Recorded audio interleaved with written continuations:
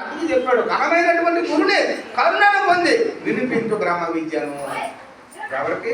మనసందున కోరిక కలిగినటువంటి వారికి, మనసు లేనటువంటి వారికి కాదు.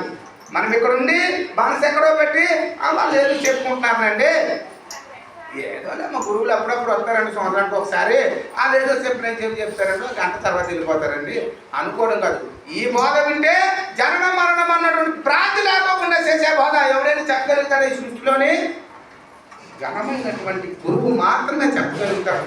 అలాంటి గొప్ప బోధరా నాయన.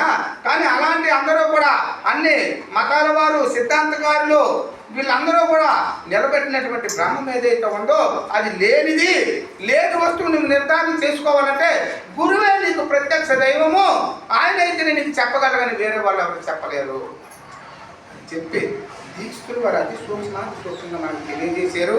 ఇప్పుడు మనం చెప్పుకోవాలంటే చాలా మరి సమయం తక్కువగానే అనుకుంటాను. ధరణిలోన పూర్ణ బోధను మించిన బోధ లేదు నాయన.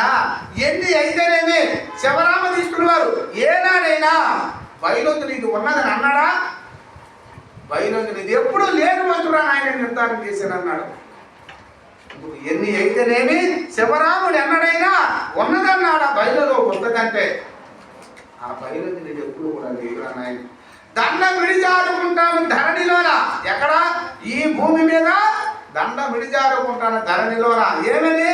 పూర్ణ బోధను మించిన బోధ లేదు. ఎప్పుడైతే నీకు పూర్ణ బోధ గురువు ద్వారా నీకు లభ్యమైందో ఈ బోధను మించినటువంటి బోధ లేదు. ఈ గురు సూచన ఎప్పుడైతే నీకు లభ్యమవుతాదో ఇంక అక్కడే ఎరుక మాట ఉనికి కోల్పోతుంది.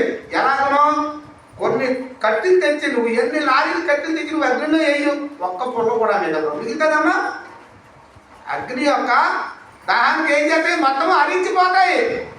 కాబట్టి గురు జ్ఞానం అన్నటువంటి అంత గొప్పదే, గురు స్వరూపం అంత గొప్పదే, గురుమూర్తి అంత గొప్పవాడు. అందుకే ఈ సృష్టికి ఆది అందు అంత్యమందు కూడా ఉన్నటువంటి దైవం ఏదైనా ఉన్నదంటే అది గురు స్వరూపము. అటువంటి గురువుని పూజించి, సేవించి, భావించి, ఆచరించి, ఆనందించి ఈ యొక్క జననం అన్నటువంటి భ్రాంతిని తొలగించుకున్నటువంటి వాడు ఈ సృష్టిలో అంతకంటే అదృష్టవంతుడు వాడు ఎవ్వరూ ఉండరు. అందుకే మనందరం చాలా అదృష్టవంతులము. మనందరం కూడా గొప్ప అదృష్టవంతులు. మనంత అదృష్టవంతులు ఎవరూ లేరు. జై సద్గురు బ్రహ్మ మహారాజుకే.